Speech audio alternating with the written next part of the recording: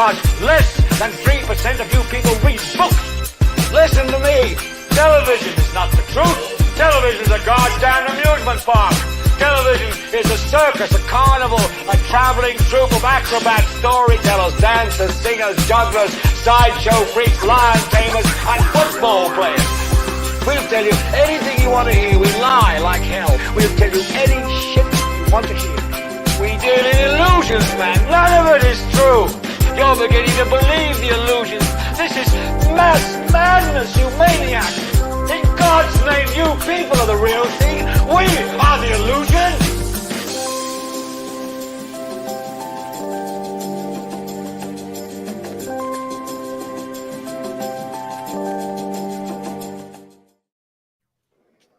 Hello, everyone. It's Thursday again. Welcome to Idiotbox Television episode 42.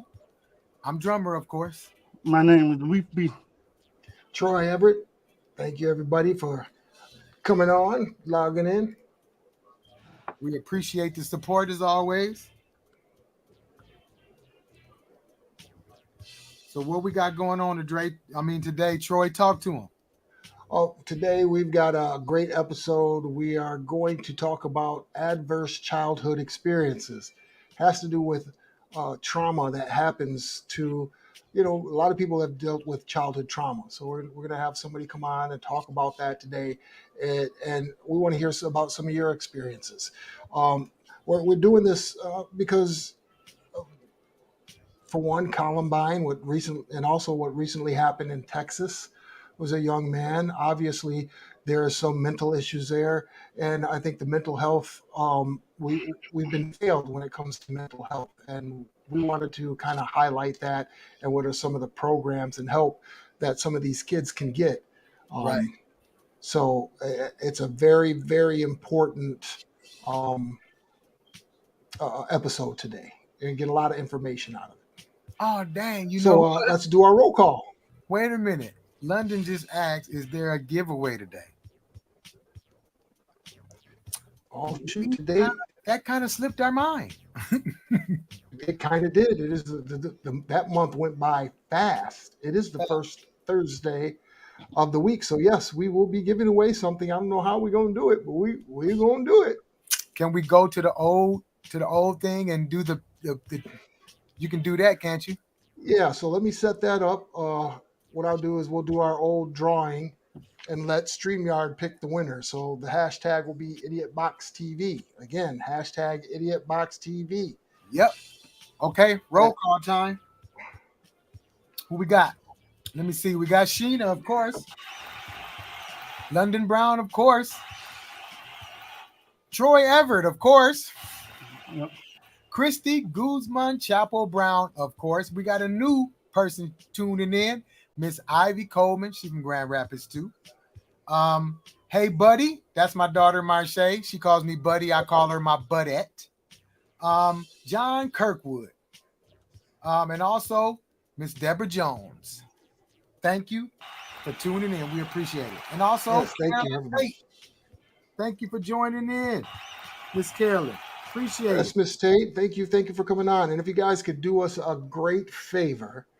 If you could share this video, if you're on Facebook or on YouTube, make sure you share this at least to one person, maybe two people.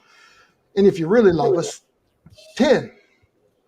Okay, one thing I want to say before I forget, can everybody please wish my dad a happy 73rd birthday today? Happy birthday. Happy birthday. Happy birthday, Mr. Brown. 73. What a blessing. 73. That's real good for a man to be 73. Oh, I already got it. Christy, I already told him. London said happy birthday to her Uncle Gary. Yeah. So how was everybody's week this week? Troy, Sharif, our listeners, how was your week this week? Sharif, how was your week? My week was pretty good, man. I had a good week last week and over the weekend. And then this week, you know how the devil works sometimes, it goes up and down, So the down trying to come down, but I'm still keeping my smile up because, all my cars breaking down. So I'm over here fisting them all out. Did I say 73 or 74? Oh, yeah, he's 74, y'all. My bad. I thought I said 70. Yeah. Congratulations, London, on the new job. That's always exciting. All Yeah, right. congratulations. Let's give London a congratulations. Yeah, my week was very interesting. I was telling the fellas I was looking for extra work, trying to get some clientele, some new clients and things, and a job opportunity popped up where I could make $55 an hour at home. Woo! That's a good one.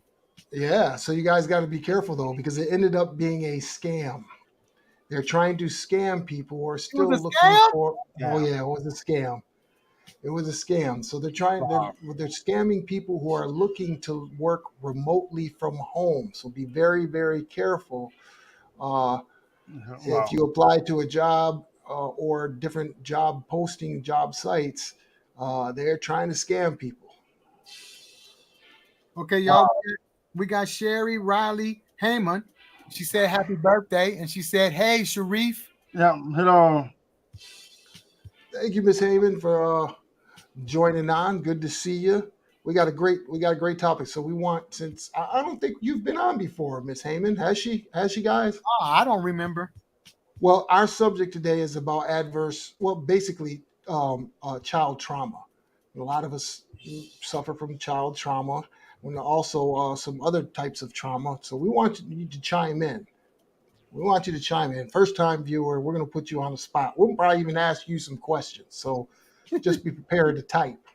Or even come on. We got that green room link, drummer. Yep. Here we go. We got Miss Vera Brown just chimed in. Thank you, Miss Brown, for chiming in. We appreciate your support. What are we doing? Oh, green room link. Here we go. Okay, yep, first time. Well, again, first time viewer. Thank you for coming on. Now, I'm going to tell her a little bit about the show. Is that all right, drummer? Go for it.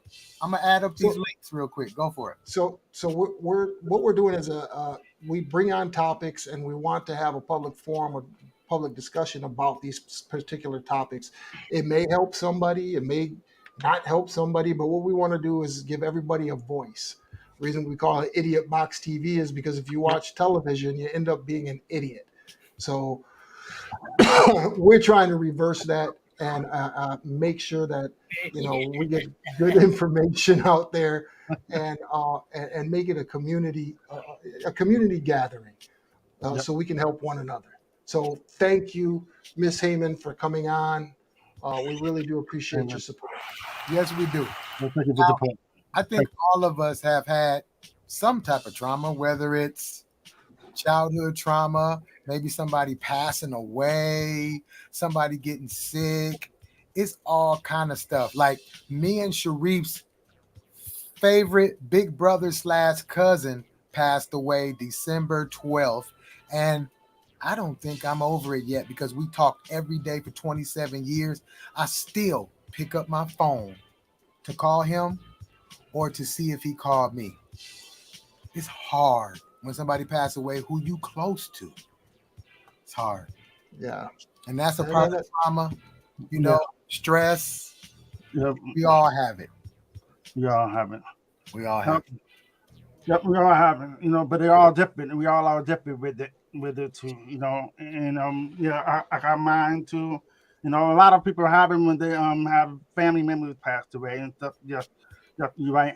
Right. But I had to have mine when my trauma I had was when people used to picking on me and stuff, and would throw stuff at me to get their attention and all that, just because I'm deaf, and play like I was dumb, But really, I'm smart. But at the same time, that's what I had to go through when I was young, But the older I got, but before I used to take it out on fighting or used to that sport, But now that I'm older, I don't even have to do that anymore. So I can bust it off, but I still have to have something to tweet it. So what I do is I go home and make beats. So that's what I do, is make beats to get over it. That's one of the ways for me to do it. But other people can go through therapy or whatever's best for them. But not only that, if there's somebody outside the family or friends seeing that they're having problems with that trauma, and they can't get out of it, why not try to help them? Yeah, Well, so that's one thing in our real quick, Joy. Let me not forget that 2 days after me and Sharif's favorite big brother cousin passed, our other cousin, his nephew, passed away 2 days later. So we want to say rest in heaven and peace to Pumpkin. Ali is his real name, and Curtis. We miss y'all for real though. Go ahead, Troy. I'm sorry. I didn't mean to interrupt. I'm just saying that when it comes to this type of thing, special mental health, especially in our community, we tend to hold everything in, and we don't seek professional help. We don't go talk to people because we don't want people in our business, right? Right. Right. What's at home stays at home. Don't go outside the house. And Right. that's what we've been taught. And there is some sicknesses out there that we might not know we have. Like my wife says I'm bipolar. I just might be.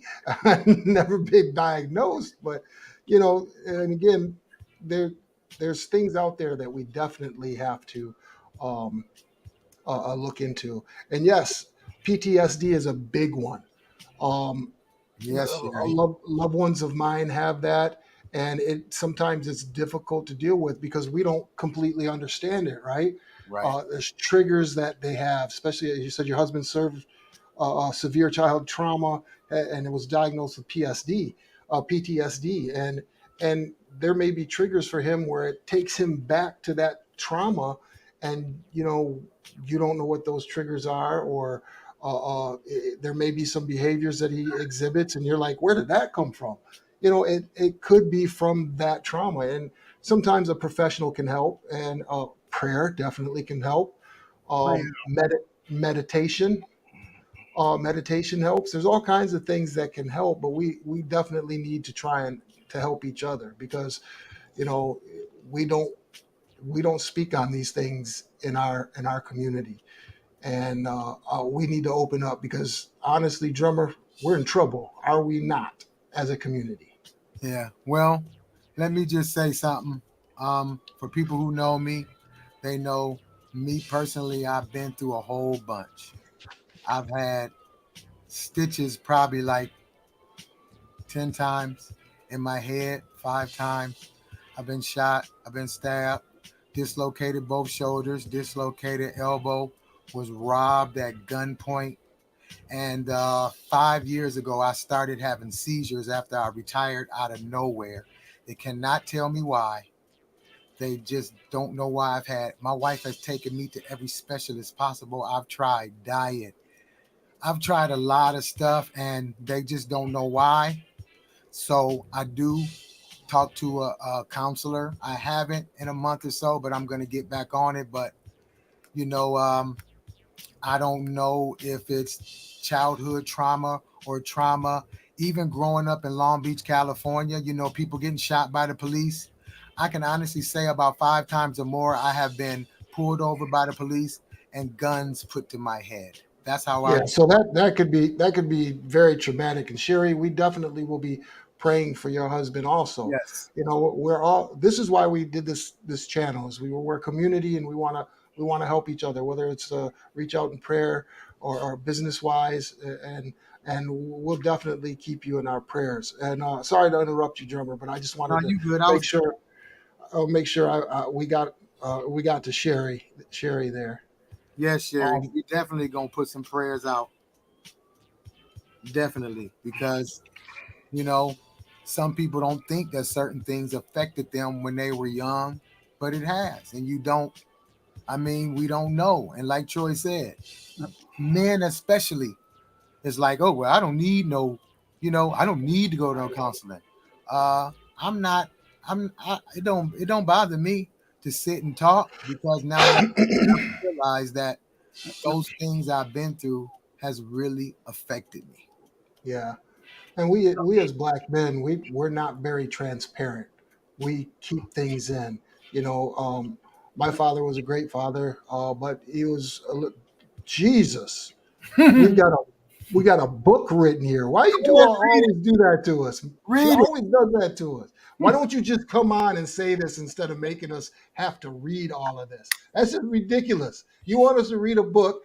You put up here. We're glad you come on, Chapo. We do, Christine Chapo. We Go love ahead you and read it. truly too, man. But damn, Okay, here we and go. we have trauma. And Okay, we good. have trauma from the way we were raised, and others don't understand that we react and act certain ways because of the way we were raised. I grew up in the South where I watched my aunts and uncle curse each other out, fight, and act crazy. And when you grow up watching that, it's hard not to act the same way.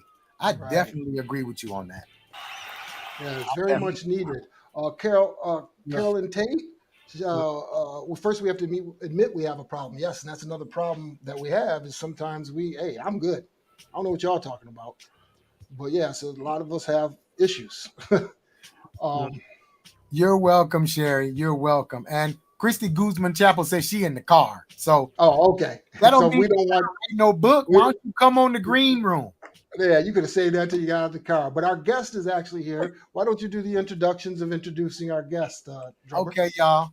Let me bring in my beautiful young cousin, Karan Griffin. She's here because she's an expert with the childhood trauma, mental health. So we got her on, and she's got some interesting stuff for you guys to listen to and learn about childhood trauma and just trauma, period. So, Karan, let me give you a round of applause.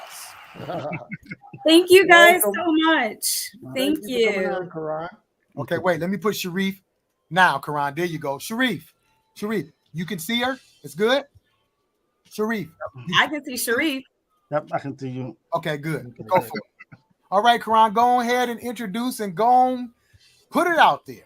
All right. So my name is Karan Griffin. Yes, I am the first cousin of drummer. I primarily work in adolescent health. I work with communities. I work with young people. I really work with anybody who's willing to listen and take on this task. I came to this work. I originally was on a board of education and was at a conference for teen pregnancy prevention and heard Dr. Anda speak on ACEs, or adverse childhood experiences, and felt so compelled while sitting there. I said, I have to take this information back to our school district, back to our community, and have been working since 2016 to lead our community to becoming trauma informed. I did. Are you guys able to play that quick video? If not, I've got it. So the one that I really wanted to play was the biology of toxic stress that you said. Oh, the 2-minute one? Okay. Yes. Well, then let me talk some about the study, and then we'll talk about stress on the brain. Okay. So in the early 90s, and I have notes, so if I look away, it's because I'm reading my notes. In the early 90s, Dr. Vincent Folletti and Dr. Robert Anda, Folletti was actually working at Kaiser Permanente in California, and Dr. Anda was working in Georgia at the CDC. And they came to find out that each other was both kind of studying childhood traumas. And so they decided to collaborate through the CDC, and they formed a study that assessed the association between adverse childhood experiences and subsequent health and well-being. Okay. So they were able to get over 17,000 participants from Kaiser Permanente Health System in San Diego, California, and assess them for childhood experiences with abuse, neglect, or family dysfunction, or mental health. These participants were mostly white and affluent in nature. They were college graduates and had good jobs with health benefits because they all had access to health insurance, and that's how they were able to participate in this study at Kaiser Permanente. In this study, they asked Diana and Folletti asked their participants if prior to their 18th birthday, had they experienced in their household or by a caregiver any sort of physical abuse, any kind of emotional abuse, any kind of sexual abuse, any kind of physical neglect where they didn't have enough food or adequate shelter, emotional neglect where they didn't get the loving and nurturing that they needed, if they had someone in their home suffer from mental illness, if their parents had been separated or divorced, if one of their parents or household members had experienced substance abuse, or if there was any violence against their mother, or if they had a relative in jail or prison. So virtually there were 10 questions in which they asked. Any response yes to any of the 10 questions, they gave the person an ACE score of 1. Wow. And so what they found is that at least more than half of the respondents responded that they had, yes, at least one adverse childhood experience, more than half. So that's a lot. Yeah. And then they found that another 25% had experienced 2 or more. And so through the findings, they found that, number one, that ACEs were common, that unfortunately the people who are supposed to love us and care for us as caregivers or parents were exhibiting some sort of neglect or abuse. Okay. They also found that there is what's called a dose-response relationship to their health outcomes associated with their ACEs. And they found that these. Go ahead, just for purposes of people watching. When you're saying ACEs, you're talking about those particular instances that may have happened, the check marks that may have happened as they were children. Absolutely. Right. So those 10 check marks are adverse childhood experience, shortened as ACEs. ACEs, great. Yes. So they found that there was, like I said, a dose-response relationship between their ACE score and risky health behaviors. So smoking would be a risk behavior. Physical inactivity, not wanting to do anything, not exercising, not getting outside to play. Multiple sex partners or sex at an early age. Substance abuse was a significant finding, as well as school failure. The ACE score, there was a relationship between their high ACE score and their risk for these different health behaviors. Wow. They also found that folks who answered yes to 4 or more of those questions were at high risk for severe obesity, for smoking-related illnesses, for sexually transmitted infections, for substance use addiction, depression, and suicide ideology. Wow. And that's 4. So they marked yes for 4 of those ACEs, for those Correct. Adverse childhood experiences. And wow. Wow is right. So the huge finding, and I work in public health, I work for a health department. And so the huge finding was now we have science that directly correlates to abuse in childhood that can lead to poor health outcomes in adulthood. Mm-hmm. That's huge. As a public health professional, I'm constantly trying, don't smoke, don't drink in moderation, don't use drugs. I mean, these are our public health messages. And really, we should be talking about getting at those root causes. Why are children using substances? Why are children having sex at an early age? Why are children not being active or, playing on basketball or football teams? Like, why are they not doing these things that we know can be a positive impact on their life? You got a question down here. Some questions. Yep. Hey, Nicole, you can Google ACEs, adverse childhood experiences, and those 10 questions will come up. Root causes is like my thing. Because Dr. Anda will often say it's not what's wrong with you, it's what happened to you. So, as we talk about these mass shootings and we talk about, craziness that's going on in our world, we're like, what's wrong with these people? It's not what's wrong with them. It's what happened to them. Yeah, we always say that hurt people hurt people. Hurt people. Yeah. And they bleed on the other people. And unfortunately, it can affect the trajectory of someone else's life, right? Right. Exactly. So with this finding at the CDC, of course, they started putting it out there to other states. Many states have adopted the ACEs kind of questionnaire or screening, and they've added those to their state risk behavior surveys. Also, doctors' offices will use it, as well as mental health clinicians will use it kind of as a part of your assessment as you go to visit a doctor. But one of the interesting things for our community is, and when I say our community, I mean the Black and Brown community, is that in 2013, Philadelphia adopted the survey and revised it to add questions on community violence, on racial discrimination, and on neighborhood safety, as well as some bullying and a couple other questions. So I think they had a total of 14 questions rather than the initial 10. 10, okay. Yes. Real quick.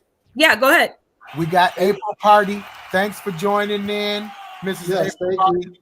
Yeah, Sharif saw your shout out, so you're good. Okay, Thanks for joining in. We try to make sure we acknowledge people when they come in. So I'm not mad at that. Thanks for being here. Thanks for listening. Thank you. Okay, continue. My fault. No, you're good. You're good. So nobody's ever late to the party, right? They're right on time because they arrive. That's right. That's right. I like that. So, like I was saying, in 2013, Philadelphia kind of adopted and adapted the survey to add additional questions that may be more prevalent in Black and Brown communities. And they were around community violence, around racial discrimination, and neighborhood safety. And so, all right. Sorry, I got to get back to my notes. That's all right.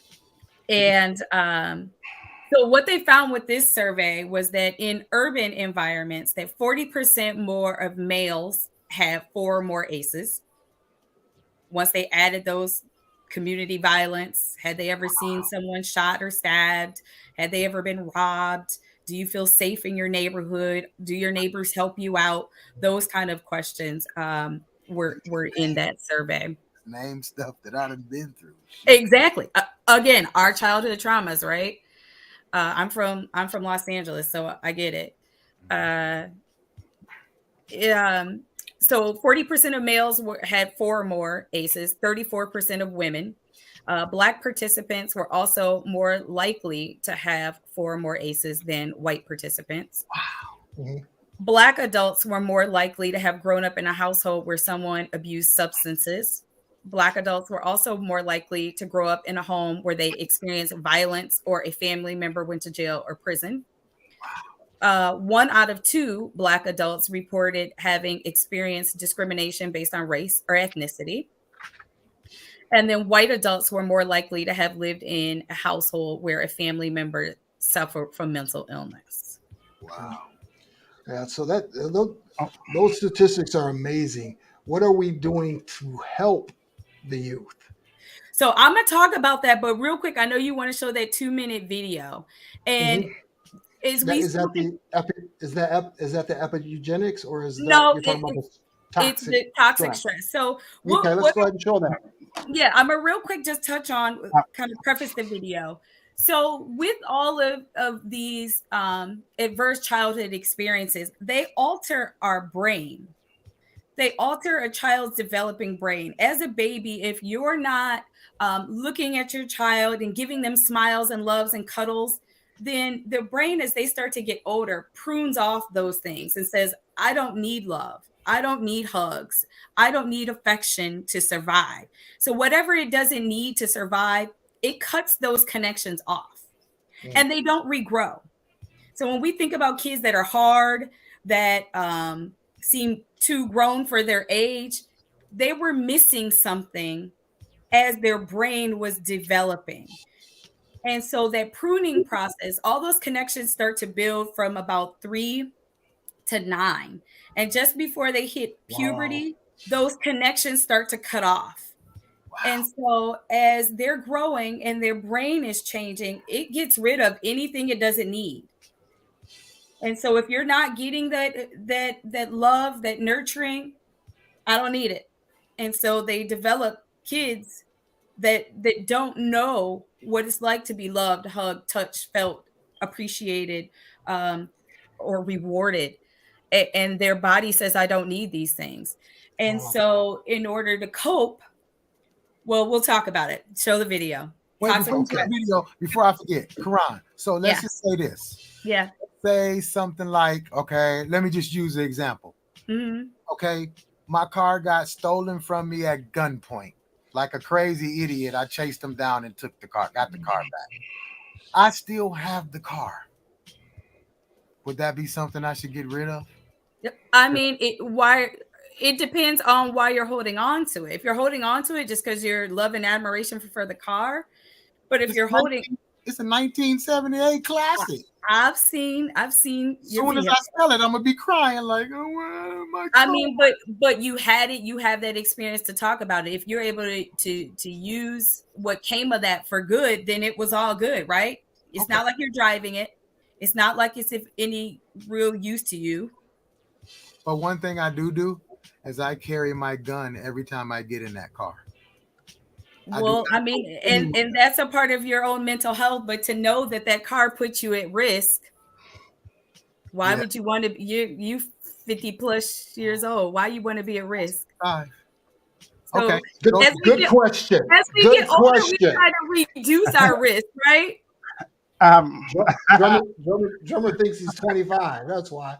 Believe me, I know. I took the rims off the car and everything. Go ahead, Sharif. I have a question for you. What are you seeing in your practice? So what am I seeing in my practice? Yes. Let's come back to that. Let's come back to that after the video. Okay. Okay. Remember that, Sharif.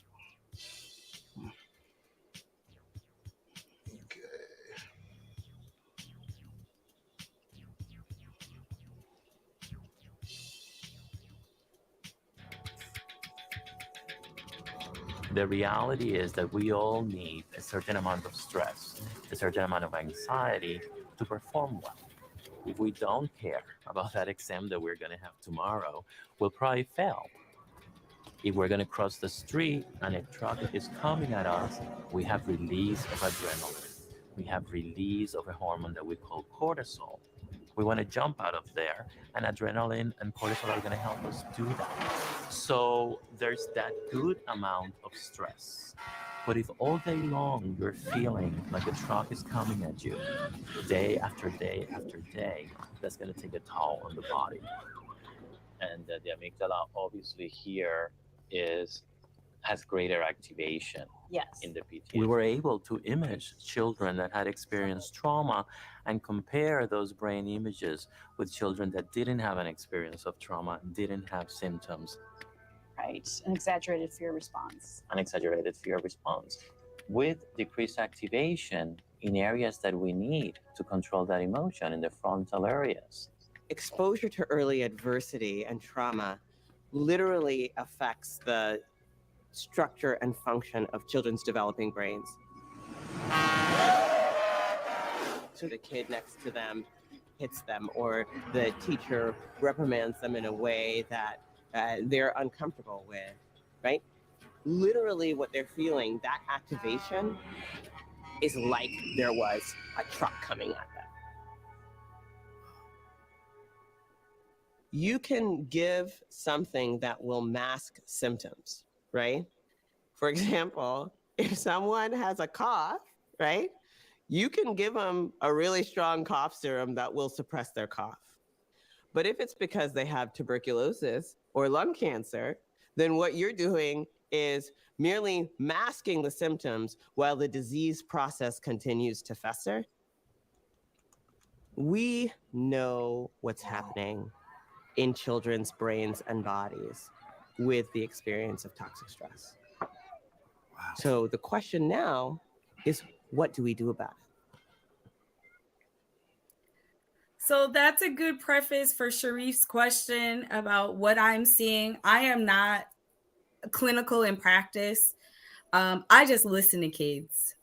I listen and I hear their stories. And just as all of us know of someone with a sad story, or maybe even have a screwed up story of our own, I really try to be that trusted adult in their life.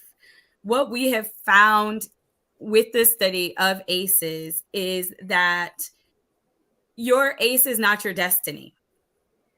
I'll say it again. Your ACE is not your destiny. Your score is not the end all for you.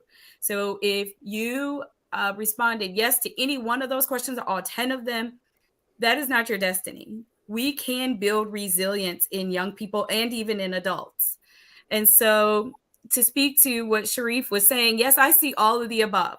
I have listened to kids that have told me some really horrific and sad things. And that comes with poverty, right? When you live in poor, impoverished communities and neighborhoods all across America, you hear really shitty stuff and stories and situations. And it's no fault of their own, especially when it's a child. And sometimes we talked about intergenerational trauma. We didn't really get to that. But we can carry these things from in our DNA from past experiences. It's called epigenetics.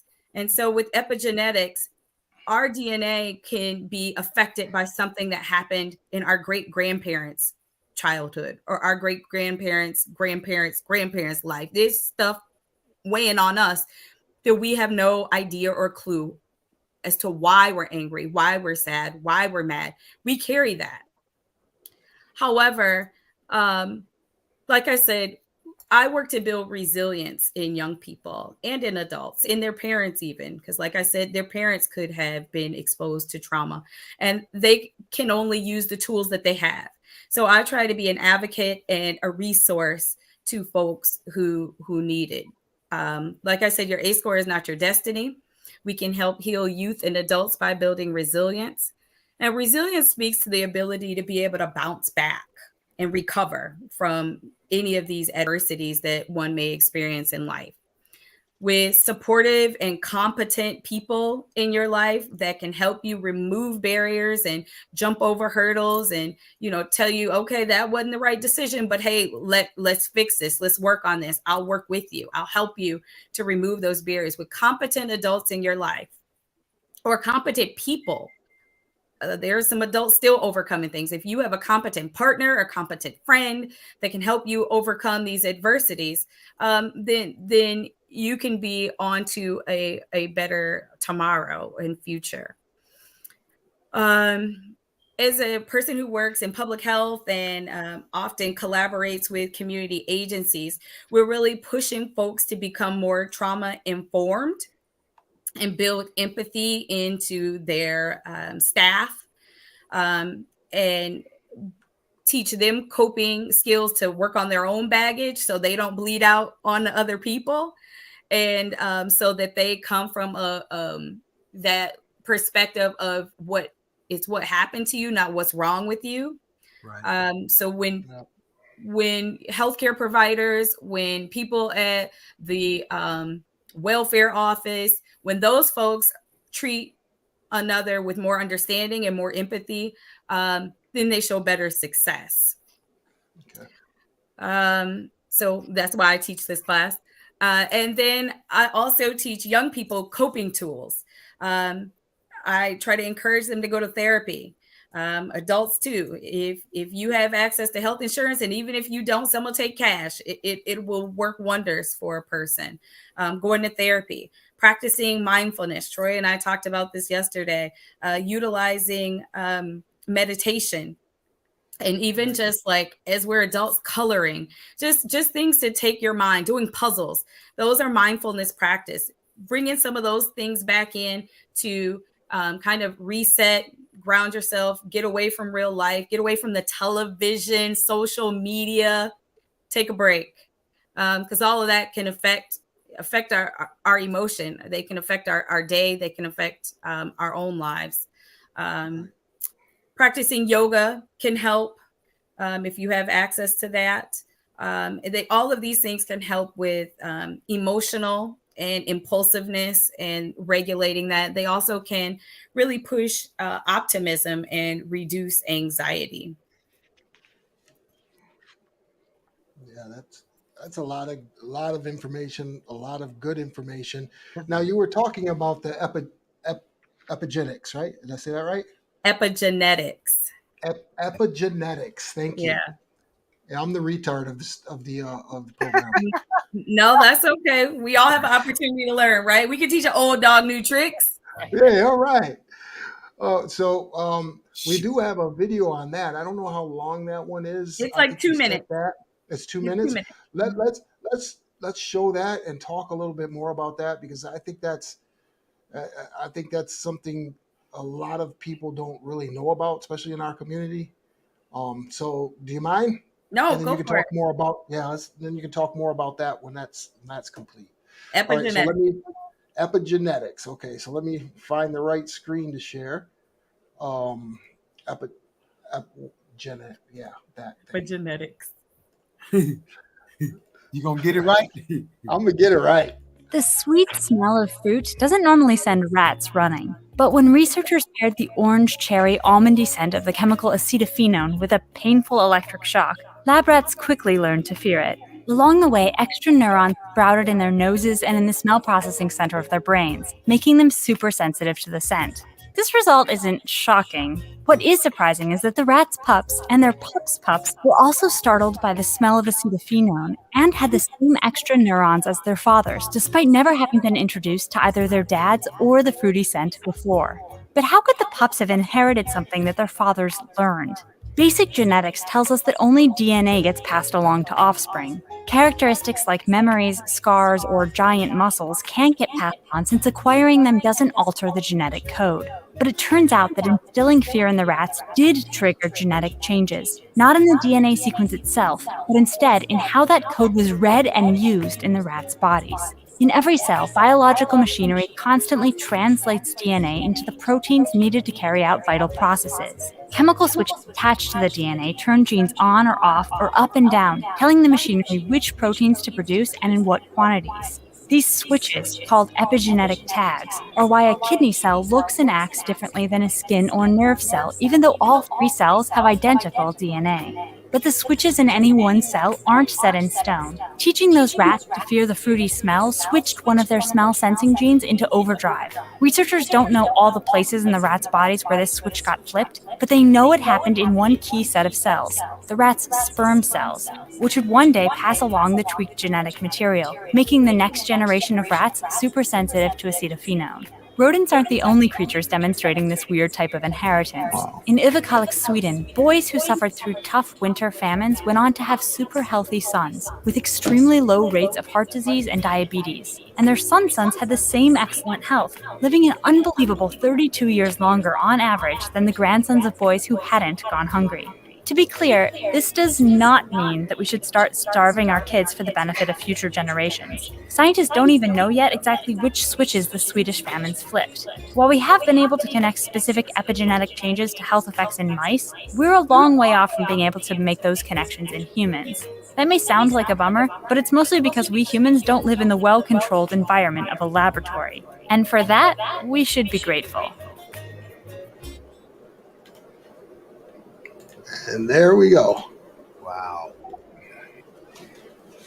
So what you're saying is, and let me get this right. Where's the spelling? Epigenetics. Did I say it right? Yeah.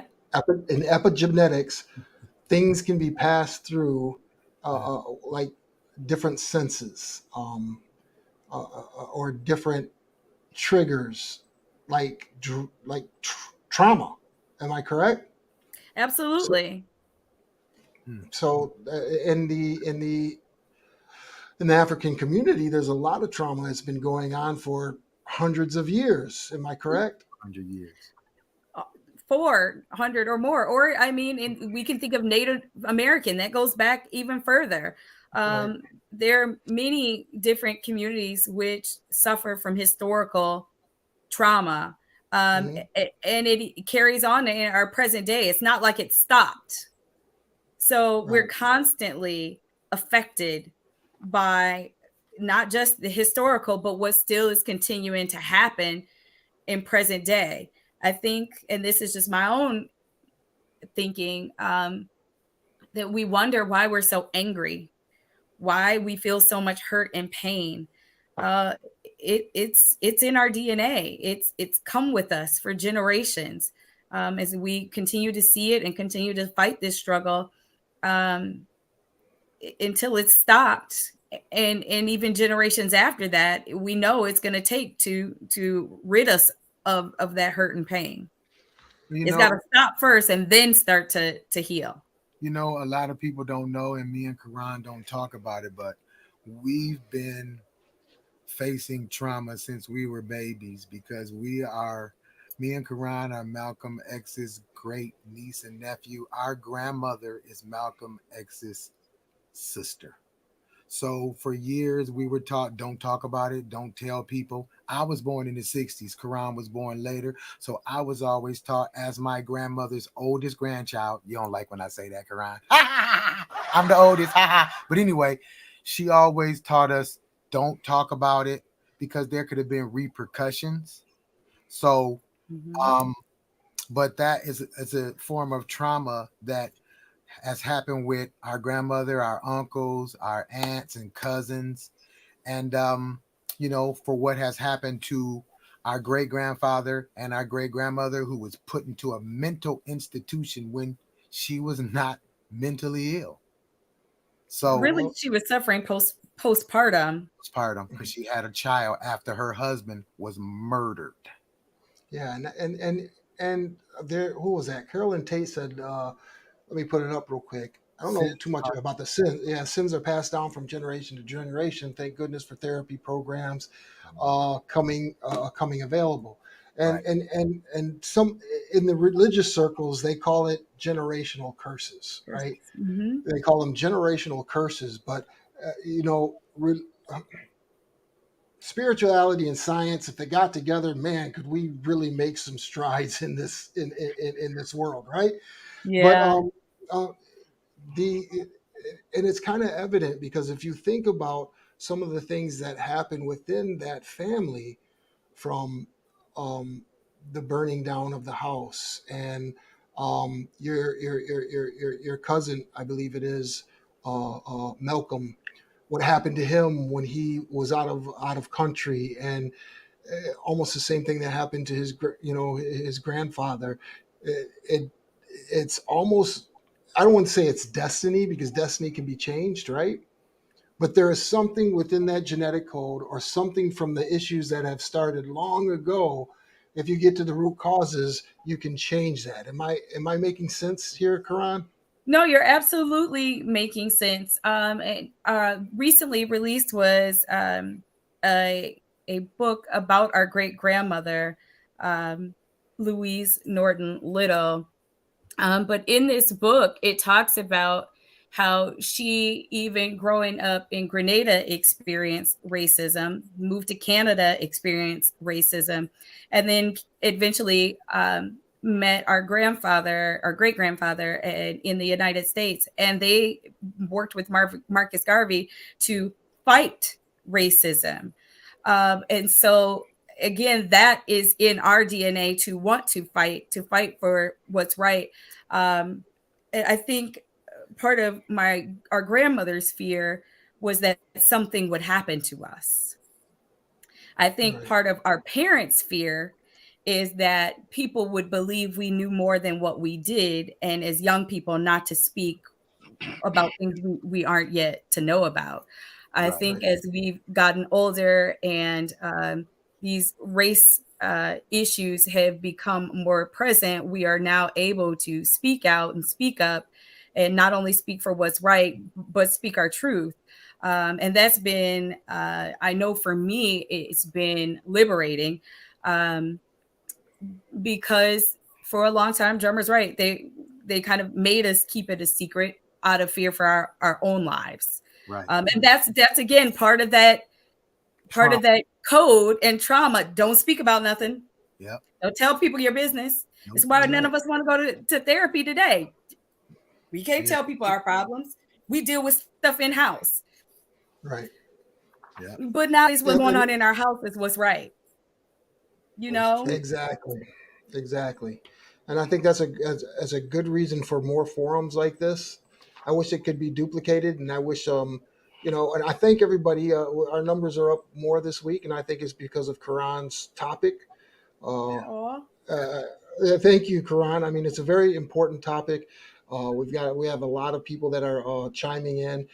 Carolyn Tate, thank you. That Yes. led us down another discussion, and that's what this is all about. We want everybody to get involved, and if you want to get involved with what Karan is doing, how do they do that, Karan? So they can reach out to there are usually ACEs coalitions or ACEs initiatives in every state. There should be one, so you can just kind of Google your state and ACEs and see the studies that your community or that your state has done. I work with kind of a team of folks, and we do a full presentation. It's anywhere from 2 to 4 hours, and I did tell the gentleman of this platform that we would host if folks were interested. We could work on creating a time and a date that will work, and people can come and get the full experience of the 2 hour, however long you guys want. 2 hours is the shortest. But a presentation where they can dive a little deeper into really the deepest part is the brain science.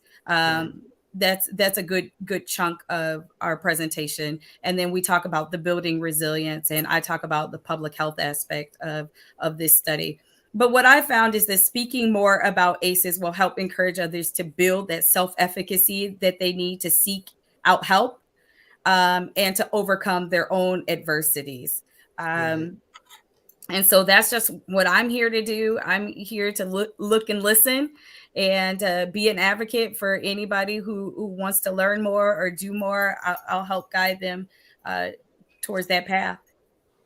Well, you know what? I know what we're going to do is we're going to put the ACEs and the other things the links you sent us, we're going to put it on the Idiotbox page and our Blacklist subsidiary page. A lot of people don't really know about Blacklist, but the Blacklist is how we help small businesses, Black businesses. We help promote them. We post them. We even do commercials for small businesses. We haven't started yet, but that's something we was doing years ago. And we're doing commercial, and we do promotion to help small businesses thrive and get some attention. So like every week, me and Troy are just boom, boom. I don't even have to know you to put it in there. Since I moved over here in Douglasville, I have ran into like 5 Black businesses. 3 of them are in the mall. Wow. So I put them all in. I still have cards of like 6 different businesses that I haven't even got a chance to put in the Blacklist yet. So everybody go check out that the Blacklist is a subsidiary of Idiotbox Television, and I'm putting up that link right now. You can go check it out.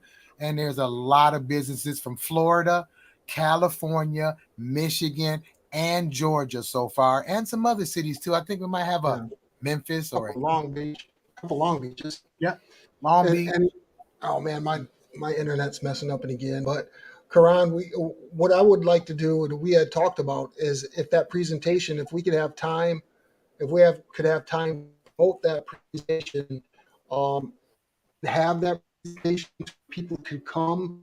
Have to be on a Thursday night.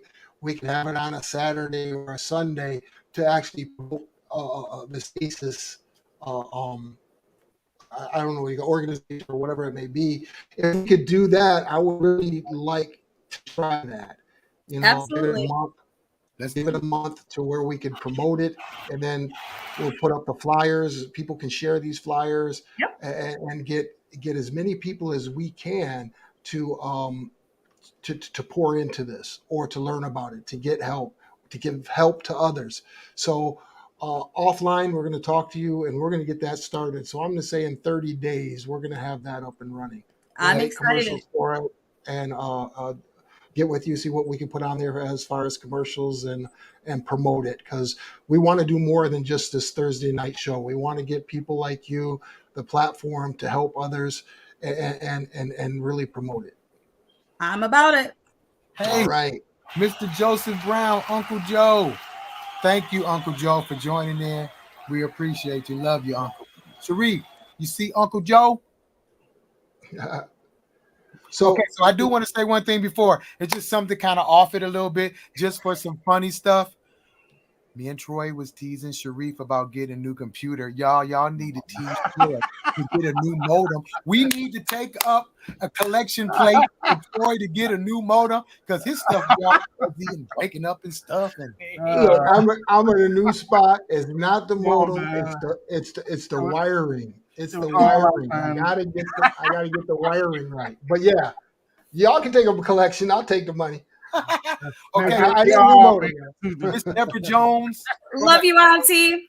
Miss Deborah Jones, my mom. She said, "Thank you, Karan. I applaud the work you are doing for the youth. The family is so proud of you. We love you. Continue blessing. Karan, I'm proud of you too. Because I wish I had known. I know that you do something with the kids, and you also make sure the kids are having protected sex. So anybody out there, if you need condoms, Karan will send you some. I will. I do. Public health, there are no secrets in public health. And so condom distribution is one of the things that I also do. I also, I was telling Drummer this morning, I taught 4th and 5th graders reproductive health. So I do sex ed for grades 4 through 12. So all things prevention. Quickly, I'd like to say thanks for tuning in, Dr. Porter. Dr. Porter is... he does advancement up there at Norfolk State, which is an HBCU. All right. Thanks, Dr. Porter. Thanks for tuning in. See if we can't get some of these projects, some of those interns, those students interning on some of these projects up there in that area. And definitely. Thank you, Norfolk. We appreciate it. Thank you. So what was you saying, Karan, again, before we got about 4 minutes. Your Aunt Beatrice is saying happy birthday to your dad. All right. Thank you, Aunt B, your brother. Tell your brother happy birthday. Happy birthday, Uncle Gary. Happy birthday, Dad. Okay, London. Troy, you should reset your modem to see if it helps you with the connection. Hold on. Let me say something. He done reset the modem like 5 times before the show. Sharif, yeah. I got you, Sharif. I got it for you. I got it. And we all wait a minute. There's our buddy Art. Art, where you been, man? Man, Art just comes on the first Thursday because he knows it's time to give away a shirt. Man, Art, you are just, man.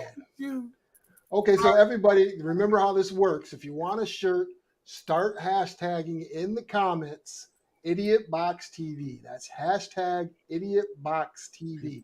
We're going to give away a shirt this week. So we're going to let you guys, let me get it started. Wait, hold on a second. We're starting to collect the comments. We've got 2 entries. Where'd my dang music go? It just stopped playing? Oh. And he's the DJ. You're right. Come on.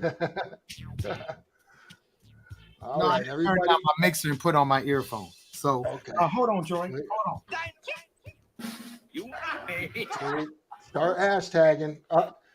Miss Barnes, we tell you this every time. It's #, sign, Idiotbox TV. All right, y'all. Let's go. I'm going to go ahead and share the screen to show how many people have actually been on here texting everybody's on. See, that's why everybody's on. Everybody wants free stuff. Stop giving away stuff, man. Wait, hold on, Troy. Now look, you guys. Let's see. Troy, put the you can go right here. This is where you go. Look at the scrolling across the bottom.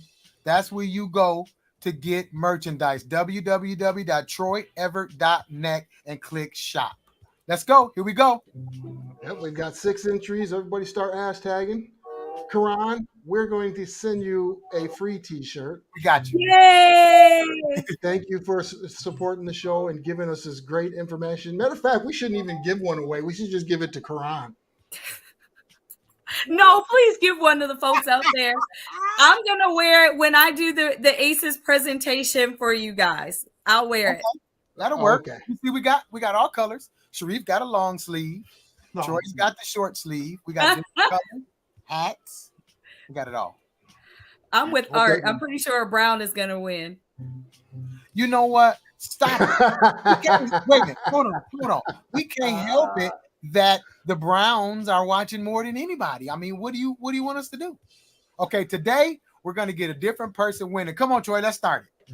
You started. We got. Let me see how many entries we got. 8. We've got 8 entries. Okay, let's get at least one more. Hashtag Idiotbox TV. We got 19 people watching. Go ahead and hashtag whether you're on YouTube or Facebook. Go ahead and hashtag, because we the more people we get, unless they're more Browns. Where's my Auntie Sean? Auntie Sean, hashtag. She ain't even come on, did she? There we go. She too busy worried about that game. I know. Cherie said, she already everybody's watching the game. Great show. Okay, infantry. We got Cherie Bogan. Go ahead. We got what, 9? She said it's a conspiracy.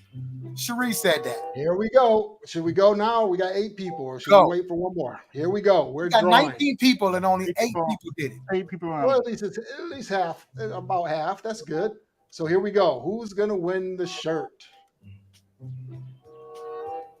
Oh, I see Art in there. I see Cherie in there. Oh.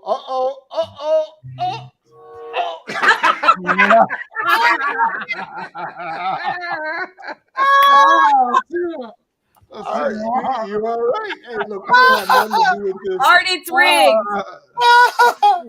No, we don't have anything to do with this. You guys complain to StreamYard that it's a conspiracy.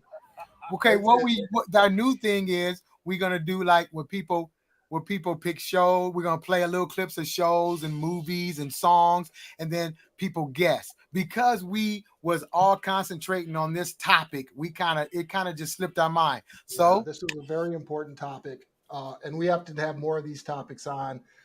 Again, thank you, Karan, so much. We're gonna have you on again and talk to you offline, so we could do that 2-hour presentation for everybody. So we want to blast that out and get that information.